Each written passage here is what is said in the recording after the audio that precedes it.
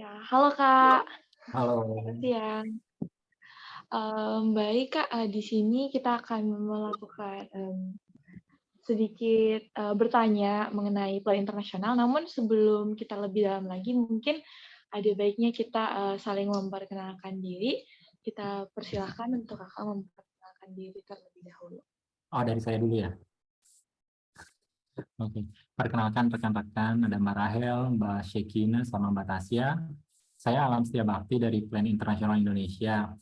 Posisi saya di Plan Internasional sebagai Monitoring and Evaluation Specialist untuk semua program and project sebenarnya. Jadi mensupervisi semua program dan project. Itu sih dari saya. Ya baik, terima kasih Kak. Di sini saya ingin memperkenalkan diri, saya sebagai moderator. Nama saya Tasya Lumenta, mahasiswi dari Universitas Kristen Indonesia, program studi Ilmu Hubungan Internasional. Dan di sini ada dua teman saya yang akan memaparkan pertanyaannya nanti. Silakan. Hai Kak Alam, Hai. saya Sekina Mangusung, mahasiswi Universitas Kristen Indonesia, Prodi Ilmu Hubungan Internasional. Selamat siang Kak, saya Rachel Angelin Mutulo dari Prodi Hubungan Internasional, mahasiswi Universitas Kristen Indonesia. Salam kenal Kak. Baik, di sini kita bakal langsung mengajukan pertanyaannya ya Kak. Untuk mengetahui lebih lanjut tentang planning internasional.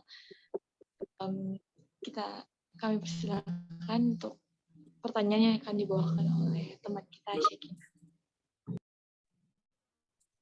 Oke Kak Alam, Ya. untuk pertanyaan pertama, kita mau tahu nih, bagaimana sih awal mula organisasi ini berdiri, dan apa visi misi serta tujuan dari organisasi Plan Internasional ini?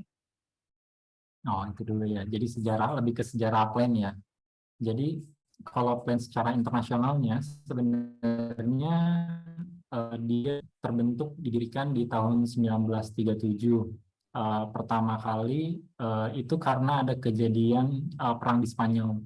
Nah, perang di Spanyol ini berdampak pada anak-anak yang banyak kehilangan orang tuanya. Jadi anak-anak itu jadi terpisah, bahkan memang nggak punya orang tuanya sama sekali ya. Jadi yang satu konteksnya terpisah, orang tuanya nggak tahu kemana, apakah masih hidup atau enggak. Yang satunya lagi memang karena orang tuanya meninggal.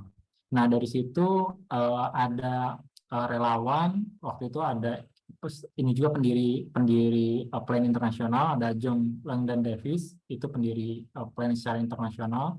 Nah, melihat si fenomena ini dan ingin membantu dan melindungi anak-anak yang menjadi korban perang tersebut. Jadi dengan memberikannya bantuan tempat tinggal, makan. Nah, itu yang pertama di situ dulu. Nah, tapi seiring berjalannya waktu, Davis ini melihat bahwa anak-anak tidak hanya cukup untuk mendapatkan kebutuhan dasarnya, makan, tempat tinggal, seperti itu. Tapi juga harus mendapatkan kayak semacam program pemberdayaan dan terhilang rasa trauma akibat perangnya. Jadi ada dukungan psikososialnya, juga ada bagaimana nanti dia menghadapi kehidupan ke depannya. Nah, dari situ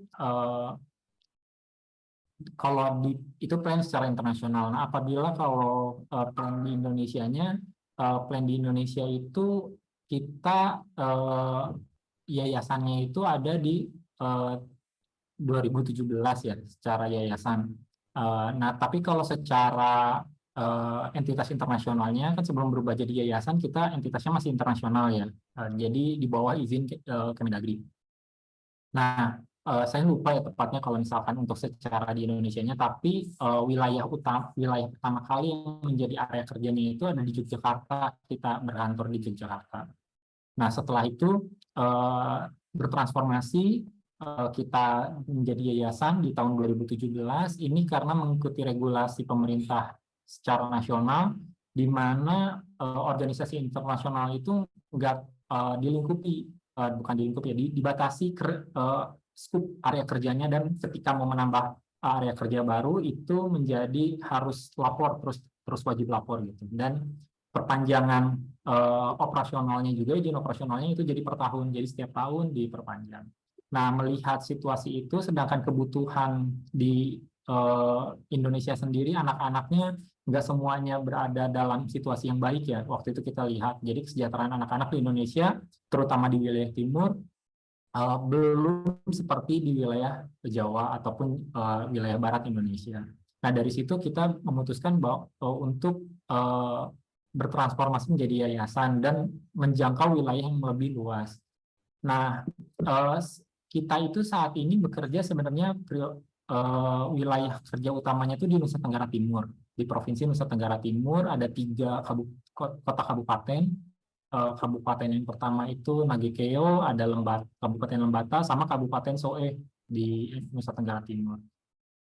Isu utamanya adalah memang kita ingin memastikan semua anak-anak yang menjadi dampingan plan ini dia punya kesejahteraan, baik itu di lingkup pendidikan, secara sosial, terus juga secara kesehatan, dan terpenuhi terkait dengan mendapatkan pekerjaan yang layak ketika dia memasuki usia muda ya, dewasa awal. Seperti itu. Mungkin perkenalannya itu dulu ya, terkait dengan sejarah planning. Baik, terima kasih banyak ya Kak. Kita jadi tahu nih asal-usul mulai dari awal plan internasional itu gimana sampai bisa ada di Indonesia, dan fokus-fokusnya itu lebih ke anak-anak ya Kak. Dan sekarang jadi lebih luas, tidak hanya untuk hak-hak yang kayak untuk memperhatikan psikologinya, tapi sekarang udah lebih luas juga. Nah, untuk pertanyaan selanjutnya akan dibawa oleh teman saya, Rachel, persilahkan. Baik, sebenarnya dari tadi sudah disinggung banyak ya mengenai apa saja yang dilakukan oleh plan internasional. Tapi saya mau coba tanya, program kerjanya apa saja sih yang dilaksanakan untuk anak-anak ini? Oke, terima kasih Mbak Reza untuk pertanyaannya. Nah, kalau untuk terkait dengan program kerja, kita memang fokusnya ada yang memang pendekatannya itu berbasis usia ya. Nah, jadi kita pendekatannya karena berbasis usia, kita bikin prioritas program berdasarkan usia anak dan kaum mudanya. Jadi anak itu kan dari 0 sampai ke 5 tahun. Nah, dari 0 sampai 5 tahun ada prioritas kita itu untuk pencegahan stunting programnya tuh, dan pendidikan anak usia dini. Di situ kita. Nah, kenapa menjadi prioritas utamanya di situ? Ini dikarenakan fenomena stunting ya di Indonesia ini. Waktu itu kan Indonesia di tahun 2019-2018 saya lupa tepatnya, itu kita ada darurat angka stunting, terutama di wilayah bagian timur Indonesia, terutama di NTT yang menjadi area kerja utamanya plan internasional. Maka stunting ini menjadi salah satu program utama. Lalu selain itu kita ada PAUD, pendidikan anak usia dini. Nah, pendidikan anak usia dini ini sebenarnya berkontribusi pada pencegahan stunting, di mana waktu itu plan Indonesia mengidentifikasi bahwa akar masalah kenapa anak-anak ini pada kekurangan gizi kronis dan mengalami stunting ini dikarenakan juga faktor dari orang tuanya dan keterlibatan lingkungan di sekitar anaknya, di mana terkait dengan perspektif pemenuhan gizi ini nggak ada di orang tua anak tersebut. Jadi dengan misalkan mengkombinasikan anak-anaknya dipersilakan minum teh, misalkan budaya minum teh, minum apa aja, terus makan apa aja, yang penting anaknya mau makan gitu, tanpa memperhatikan struktur nutrisinya. Nah, ini juga menjadi salah satu faktor yang berkontribusi besar terhadap angka stuntingnya. Lalu juga selain fenomena itu, kita juga lihat terkait dengan kapasitas pemberi layanan kesehatan dan monitoringnya. Nah, di situ juga kita ada berkolaborasi dengan Dinas Kesehatan dengan kader di masyarakat atau pemerintahan desa. Itu yang pertama. Lalu yang kedua, ini kita ada program terkait dengan masih anak-anak. Kalau anak-anak dari 0 sampai ke keseluruhan usia anak sampai 18 tahun, kita ada programnya untuk pertama itu ada perlindungan anak. Jadi perlindungan anak dari kekerasan, baik itu kekerasan berbasis online dan kekerasan langsung ya. Nah, kekerasan berbasis gender secara langsung. Nah, di sini itu untuk usia semua anak. Nah, pendekatannya itu kita pakai pendekatan berbasis masyarakat. di mana yang harus melindungi anak-anak itu bukan hanya orang tuanya, tapi juga lingkungan lebih luas dibandingkan orang tuanya. Kalau teman-teman lihat program ini ya, iklan dari Kemen PPA, pernah mungkin ya lihat di televisi, dulu ada anak ceritanya yang mau diculik, udah gitu kami orang tuanya.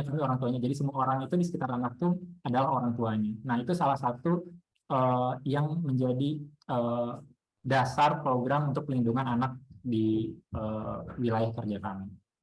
Lalu selain pelindungan anak terhadap kekerasan, persoalannya tadi itu kan secara offline ya. Nah, online-nya ini kita berusaha untuk ada active standard apa ya? Jadi saya lupa istilahnya tuh ya. Jadi kalau misalkan bystander, jadi active bystander. Nah, bystander ini kan orang-orang ketika melihat situasi kejadian, orang-orang itu kan cenderungnya freeze ya, melihat dan tanpa melakukan apapun gitu ya. Ketika melihat kekerasan terjadi atau kecelakaan terjadi, dia lebih cenderung nge-freeze gitu, tidak melakukan aksi apapun. Nah, kita pakai pendekatan online-nya itu, kita mendorong ada aktif bystander. Jadi bystander yang nge-freeze tadi kita coba aktivasi ketika mereka melihat, tidak hanya melihat, tapi juga mencoba membantu dengan melaporkan kejadian tersebut terhadap beberapa pihak yang berwenang gitu. Itu yang untuk secara online. Nah, itu terkait dengan kekerasan. Nah, yang ketiganya ini terkait dengan kesehatan reproduksi. Nah, kalau kesehatan reproduksi ini untuk anak-anak yang udah masuk usia puber ya. Jadi usia masuk ke usia remaja dan organ reproduksinya mulai aktif. Nah, di situ ada juga program-program untuk ini ya, mengadres permasalahan-permasalahan yang muncul karena kesehatan reproduksi ini. Di situ kita pakai lebih ke preventif sih ya. Jadi kan memang di NGO ini kalau untuk kesehatan reproduksi ada yang bersifat kuratif, ada yang preventif. Nah, plan ini memang sangat bergerak di upaya preventifnya. Nah, apabila memang ada kejadian kuratif, misalkan dari implikasi dari kesehatan reproduksi, baik itu hamil di luar pernikahan, kehamilan di luar pernikahan, lalu ada pernikahan usia anak, apabila terjadi pernikahan usia anak, lalu juga ada misalkannya tuh mengalami permasalahan penyakit menular seksual. Nah, itu memang nanti kita refer. Jadi kita bukan penyedia layanan kesehatannya, tapi kita berkolaborasi plan ini. Jadi fungsinya lebih ke preventif. Nah, lalu itu kesehatan reproduksi. Yang selanjutnya ada program yang basisnya itu Youth Employment and Entrepreneurship. Nah, itu yang memang anak-anak yang udah masuk ke usia muda. Nah, kita persiapkan anak-anak muda ini untuk bisa bekerja dan membuat lapangan pekerjaan baru. Jadi bisa dipilih tuh anak-anak dan kaum muda ini memilih apa dia mau bekerja, bisa kita fasilitasi dan menghubungkan itu dengan BLK. Dan kalaupun dia mau menjadi entrepreneur muda, kita juga bisa mendorong mereka untuk menjadi entrepreneur muda. Nah, tentunya yang menjadi semangat Plan Indonesia ketika baik itu employment atau entrepreneurship, kita berfokus pada green business. Jadi added value-nya itu adalah bisnis-bisnis yang mendukung terhadap upaya-upaya perubahan iklim, adaptasi perubahan iklim. Lalu selain bisnisnya itu berhubungan dengan adaptasi perubahan iklim, ada juga bisnis yang memang kita mempromosikan kesetaraan gender gitu. Nah, kesetaraan gendernya itu seperti apa? Misalkan kan kalau dulu ya lowongan pekerjaan ya, teman-teman lihat lowongan pekerjaan, sekretaris wajib perempuan misalkan ini usianya juga dibatasin. Nah, jadi posisi yang tadinya khusus untuk laki-laki atau khusus untuk perempuan itu sebisa mungkin nggak ada stigma-stigma itu tuh. Jadi ketika lu punya kemampuannya, ya bisa bekerja di sektor itu gitu, selama punya kemampuannya gitu ya. Jadi tidak dibatasi lu perempuan atau laki-lakinya. Jadi yang mendukung ke sana kita promosikan. Lalu yang terakhir kita ada program terkait dengan disaster risk reduction atau disaster risk management. Ini sebenarnya pengurangan risiko bencana ya. Nah, di pengurangan risiko bencana ini kita lebih aktif, ada yang berbasis sekolah dan ada yang berbasis komunitas. Nah, lalu bencana yang memang kita sasar saat ini lebih ke pencegahan bencana alam, terutama gempa bumi, angin puting beliung, lalu juga ada terkait dengan letusan gunung berapi ya. Ya, seperti itu. Tapi tidak menutup dengan upaya-upaya pencegahan yang lainnya, tergantung dari risiko kerentanannya. Nah, lalu juga ada bencana yang terkait dengan perubahan iklim. Jadi di pengurangan risiko bencana ini kita mengajak anak dan kaum muda untuk menjadi pemimpin di kampanye-kampanye pengurangan risiko bencana karena perubahan iklim. Lalu juga yang terakhir, ini terkait dengan DRM, ini ada program respon kemanusiaan. Jadi ketika bencananya sudah terjadi, nah plan juga berkontribusi pada upaya penyelamatan korban-korban akibat bencana yang terjadi. Seperti itu mungkin. Wah, program-programnya menarik semua ya, Kak. Semoga nggak pusing ya karena kebanyakan. Enggak, kita malah jadi semakin tertarik gitu dan kagum sama plan internasional. Jadi semakin kenal, semakin tertarik, kayak pengen juga nanti kita bisa join ya. Nah, dari sini kita bisa tahu ternyata plan internasional fokusnya itu dibagi berdasarkan usia ini ya, Kak. Dan berdasarkan juga permasalahan dan kebutuhan di setiap usia tersebut. Nah, baik, untuk pertanyaan selanjutnya akan diteruskan kembali oleh teman saya, Syekina. Oke, Kak Alam. Ya. Mau nanya nih, untuk kepengurusan, bagaimana sih struktur kepengurusannya dan terbagi atas apa aja? Oke.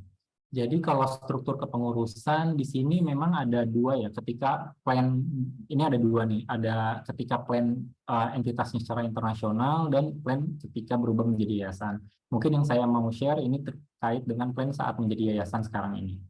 Nah, jadi kepengurusannya itu ada dua. Ada jadi pengurus secara jadi ada bagian pengurus, jadi ada eksekutif. Nah, eksekutif ini adalah pelaksana program-program. Kalau pengurus ini lebih ke pengawas dan yang dikategorikan sebagai yang memiliki yayasan.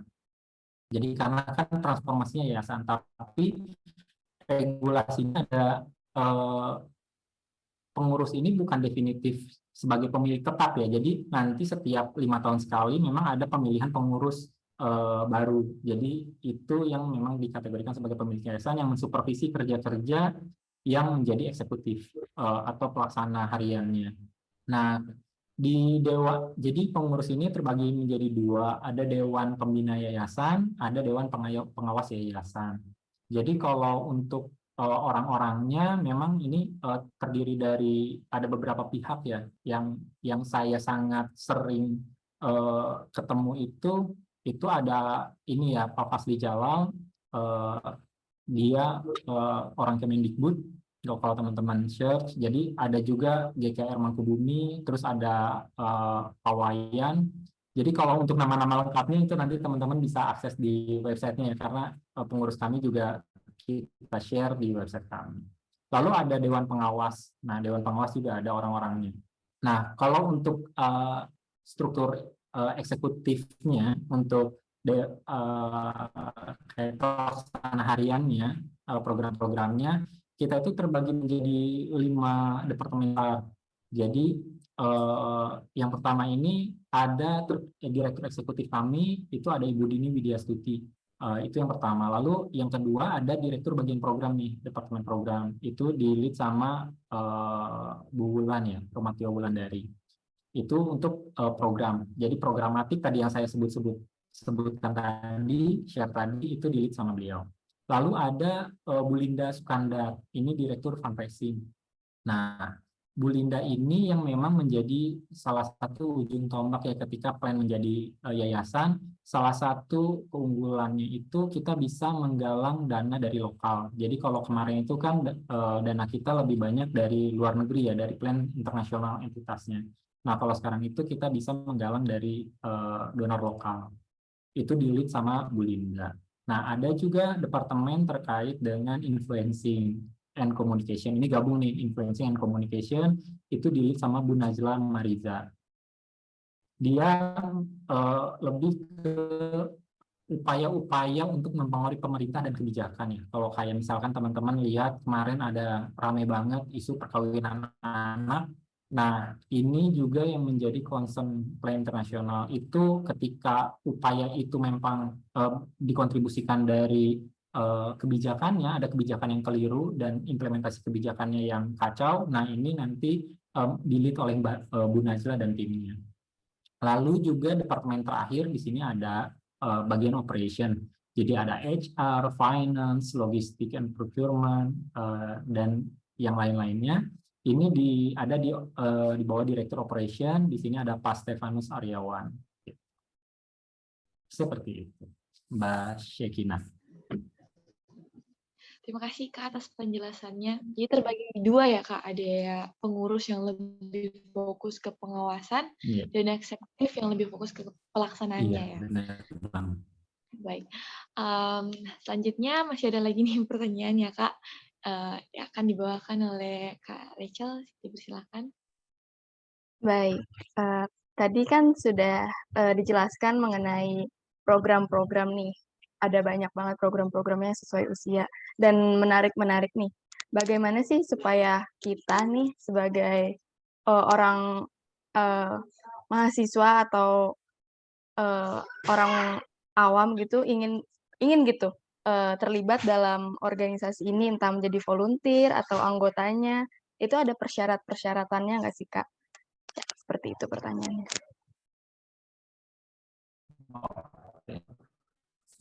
Jadi ini untuk model partisipasinya ya, ketika memang teman-teman punya interest, ya visi yang sama dengan internasional, bagaimana sih kita sama-sama berkolaborasi. Nah, yang pertama mungkin di level area program ya, area project atau program. Nah, di sini ketika teman-teman berada di wilayah area project dan program, itu otomatis teman-teman bisa langsung berpartisipasi di project dan programnya ketika memang masuk usia anak dan kaum mudanya.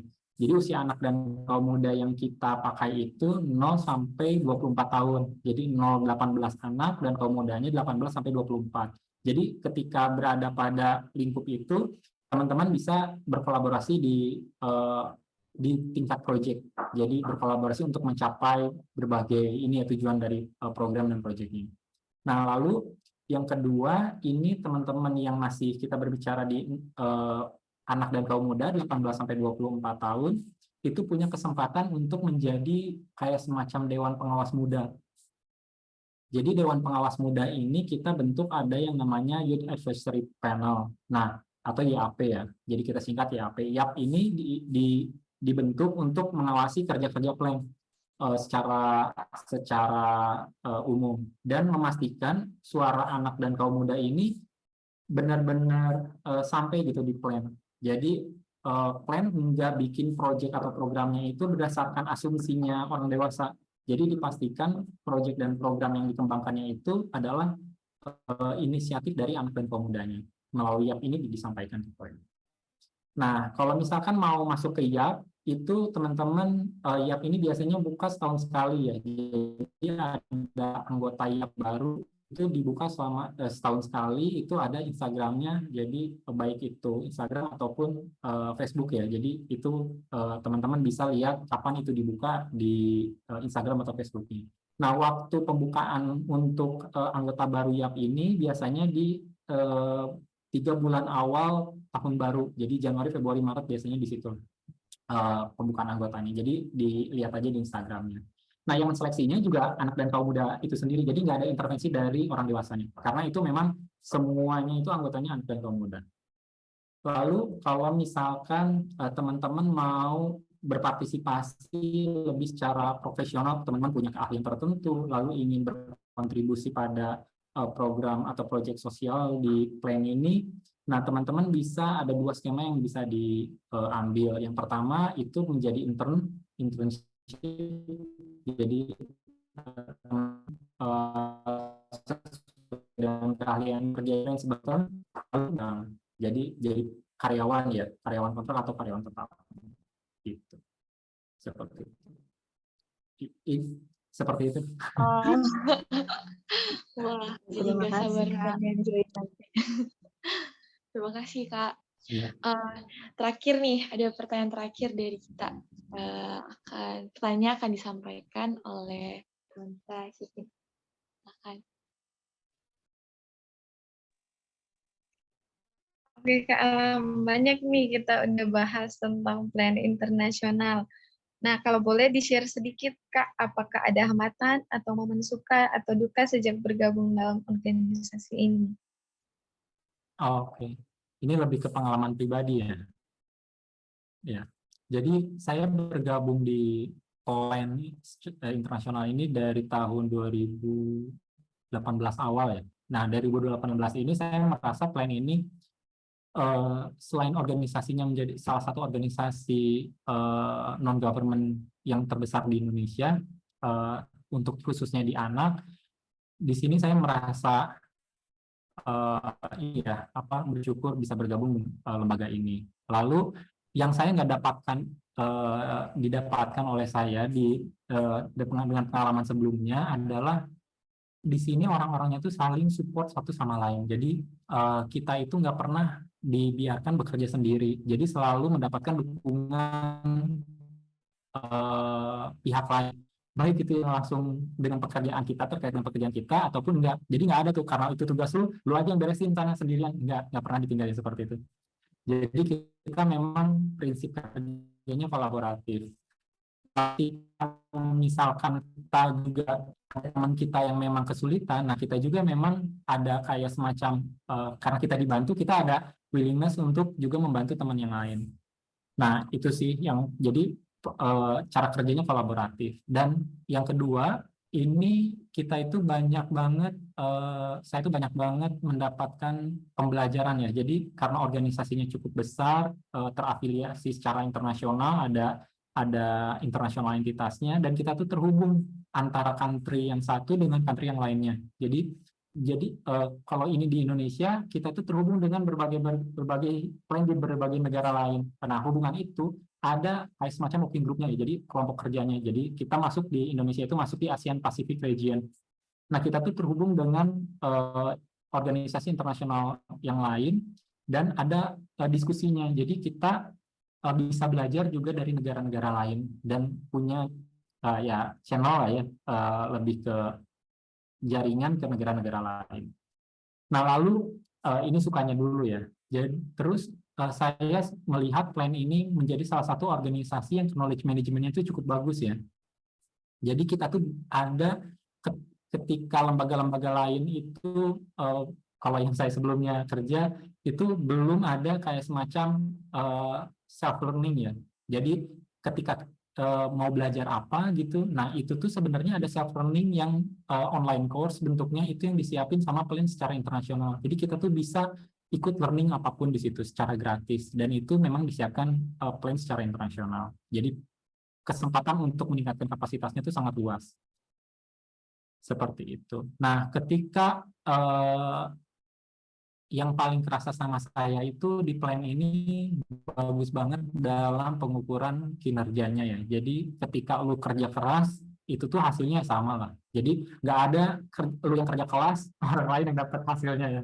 Ada yang ngaku-ngaku hasil kerjanya enggak gitu. Jadi benar-benar ketika itu inovasi lu, ya kerjaan lu, ya itulah yang memang lu dapat di situ gitu. Penghargaannya, lalu juga apresiasi dari rekan-rekan yang lain itu dapat banget. Itu sukanya. Nah, dukanya ini lebih ke fokus wilayah kerja plan sebenarnya ya. Dimana kalau organisasi-organisasi lain itu kan fokus area kerjanya itu mendekati kota ya. Nah, plan ini area kerjanya itu anak-anak yang didampingnya itu yang benar-benar jauh dari kota. Jadi ketika kita misalkan proyeknya itu misalkan di Nusa Tenggara Timur, nah jangan berharap itu dekat kota. Jadi itu jauh banget dari perjalanan utamanya ya. Jadi bisa 6 jam, 8 jam ke desa tempat wilayah anak dampingannya plan ini. Itu dukanya ya. Sebentar ya. Nah, sorry ya ke ada anak. Nah, lalu duka yang lainnya ini terkait dengan ketika terjadi emergency response ya. Jadi sebenarnya satu sisi kita tahu bahwa ketika emergency response itu kita perlu keberanian khusus ya mendatangi lokasi bencana tersebut. Karena kan saya di plan bergabung juga menjadi emergency response team. kita tuh tahu bahwa bencana itu waktu yang terakhir saya di deploy itu di konteks bencana Mamuju ya, Sulbar, Sulawesi Barat. Nah, kita tahu tuh waktu di Sulbar itu konteks bencananya itu nggak hanya satu bencana, tapi multi hazard. Masih ada COVID yang waktu itu ngeri banget ya berita-beritanya. Lalu juga ada konteks bencana gempa, jadi masyarakatnya terdampak gempa. Dan waktu itu saya dan teman berdua itu turun ke wilayah tersebut. Nah, keluarga itu udah pada khawatir. Ini kalau mati di sana, dukanya ya pasti jenazahnya itu nggak akan pernah dilihat lagi sama keluarga di rumah. Karena udah pasti kan, bahwa ini matinya jangan-jangan karena COVID nih. Jadi pas dikelompokin kan, makamnya aja udah nggak akan ada tuh. Jadi keluarga tuh tinggal nama aja pulang. Nah, itu dukanya sih. Jadi kita tahu ada konsekuensi yang akan kita hadapi. Lalu juga kemungkinan besar itu lelahnya, dan itu memang kita lebih ke coba membantu pihak lain ya yang lebih mengalami kesulitan. Kita tahu kita punya kesulitan, tapi ada pihak lain yang mengalami kesulitan yang lebih berat dan kita coba bantu. Nah, di balik dukanya itu balik lagi ke yang pertama, ada sukanya. Nah, kita itu nggak pernah dibiarin sendiri, walaupun tahu teman-teman tuh ya ini kemungkinan orang-orang yang berangkat ini nggak pernah pulang lagi, tapi kita nggak pernah dibiarin sendiri ketika berada di lapangan. Gitu sih, itu suka dukanya ya. Iya, itu dulu. Kalau misalkan ada Terima kasih banyak nih Kak Alam.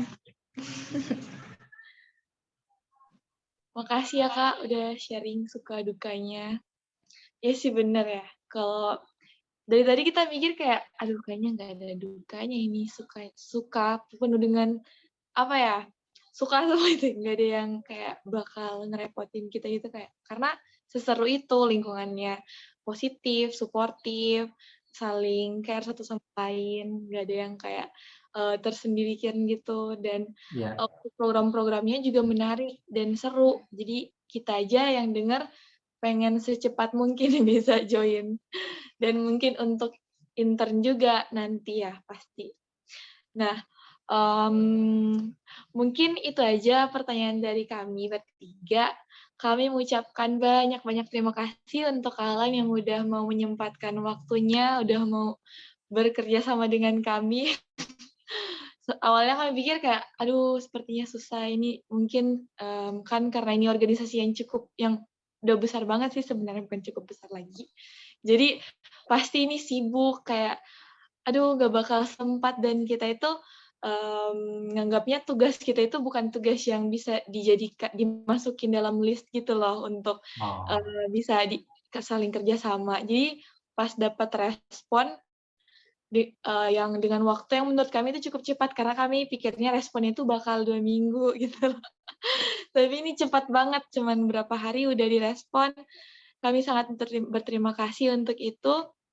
Kami mengharapkan untuk Kak Alam sendiri dan proyek-proyek program-programnya itu semoga semuanya bisa berjalan dengan baik, sukses semuanya, dan bisa berpengaruh baik bagi banyak orang. Dan kami berharap juga nanti ke depannya mungkin kami masih bisa berhubungan baik ke depannya, karena kebetulan program studi kami di sini mengharuskan kami untuk selalu berhubungan dengan organisasi-organisasi internasional juga. Jadi mungkin kami akan menghubungi Kakak kembali. Tetap sehat Bapak. Iya. Dan ya sekeluarga juga semuanya, semoga sehat selalu dan diberkati. Terima kasih banyak ya Kak ya. Sama-sama. Terima kasih banyak Kak. Terima kasih banyak Kak. Ya, good luck ya untuk tugas-tugasnya. Terima kasih Kakak juga. Ya. Kami